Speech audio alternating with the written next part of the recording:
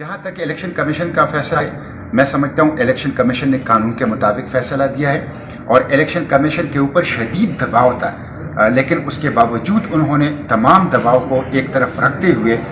دستاویزات کی بنیاد پر، ثبوت کی بنیاد پر اور قانون کے مطابق جو ہے ایک فیصلہ دیا ہے۔ میں الیکشن کمیشن کو اس فیصلے پر خراج تحسین پیش کرتا ہوں۔ ایک تو یہ ہے کہ یہ فیصلہ بینچ کا متفقہ ہے، دوسری بات یہ ہے کہ انہوں نے دلیل اور ثبوت اور دستاویزات کے ساتھ یہ بتایا ہے کہ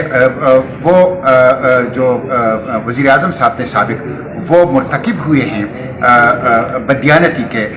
توشہ خانے میں اور جو تحائف کا مسئلہ ہے، تو وہ دلیل کے ساتھ ہے، متفقہ فیصلہ ہے۔ میں سمجھتا ہوں اس کو تسلیم کرنا چاہیے اور اگر کسی کو اس سے اختلاف ہے تو اس کے لیے وہ قانونی راستہ اختیار کرنا چاہیے۔ سر، صادق اور امین بھی تو ڈکلیئر کیا گیا تھا، انہیں کوئی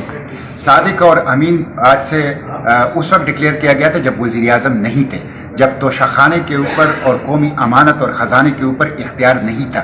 اور اب تقریباً 4 سال حکومت کی ہے، توشہ خانے کی ساری تفصیلات آ گئی ہیں، ان کے سارے ثبوت اور دستاویزات سامنے آ گئے ہیں اور اس کی بنیاد پر قاعدے اور قانون اور دستور کے مطابق الیکشن کمیشن نے ایک فیصلہ کیا ہے۔ الیکشن کمیشن کا یہ فیصلہ اس کی قوت کا مظہر ہے اور میں سمجھتا ہوں یہ نیک شگون ہے کہ الیکشن کمیشن اسی طرح انڈیپینڈنٹ ہو، اسی طرح وہ ہر قسم کے دباؤ کو بالاتر رکھتے ہوئے میرٹ کی بنیاد پر فیصلہ